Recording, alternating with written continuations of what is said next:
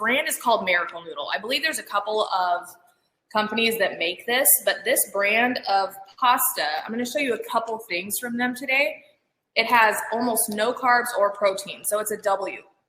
And I make Spanish rice. I use it with Indian food. I use it with everything. So I made, this is their ziti style, and I just used a regular block. This is the actual block from Aldi, just a Colby block cheese. And I used half of a block of cheese for this one bowl, a lot of cheese, and then a little bit of heavy whipping cream, and then Cavender's is the seasoning. You could also just use salt. This is like my seasonal thing for mac and cheese that I think is amazing. It's literally just Colby Jack cheese, a little bit of whipping cream to make the cheese sauce thinner, so it's not just like really thick melted cheese. This, and holy crap, guys, this is so good. And it's no carbs at all, so you can group it with a protein meal or whatever, again, if you want to eat low carb. So this is the Miracle Noodle pasta. The texture of it is not exactly the same. It's a little bit chewier. So the cool thing is, as long as it's just whatever veggies, whatever meat, you can put mushrooms, onions, celery, all your stuff that you normally put in spaghetti with the meat you can use if you use this pasta. Which, if garlic bread is your favorite thing, then you can do regular spaghetti and just leave the meat out.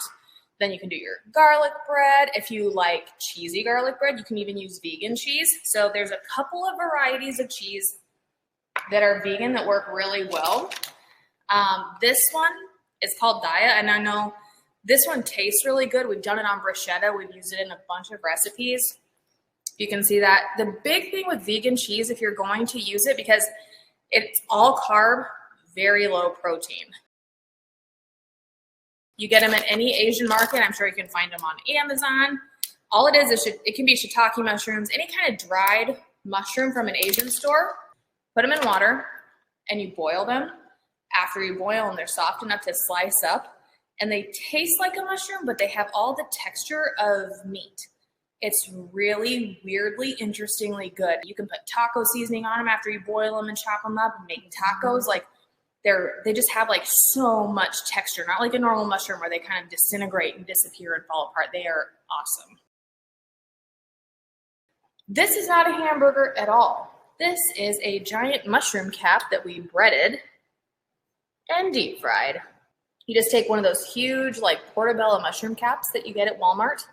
The big thing is when you bread it before you fry it, if you're going to use it for an S meal, because we're using like a brioche bun here, and the buns are like really fancy and delicious. You can do avocado, so you can't do cheese unless it's vegan, of course, but you can do tomato, pickle, lettuce, avocado, mayo, all this stuff. But when you bread your mushroom, make sure that you use heavy whipping cream instead of egg. You can just have a patty with or without cheese. Put your pickles, put your toppings, anything like that, and just eat it with a fork and pick whatever sides are protein approved. If they have lettuce, I really like putting it in a lettuce wrap because then you can still eat it like a hamburger. Regular mustard is always a W. Dijon mustard, always a W. Sriracha, always a W. There's a lot of sugar-free ketchup. Any ketchup that's no sugar added, you can just look at the ingredients. If you look at any ketchup, even if it's approved, it might not meet the 9-to-1. That's okay. We just want to make sure that on the ingredient list, it doesn't have any added sugars. And then when it comes to sides, you can do whatever sides you want. We made just some bruschetta wrapped asparagus. We kind of try to keep it nice and simple, but anything that's green, leafy, obviously works with anything. Not if you put bruschetta on it, then that's a protein food.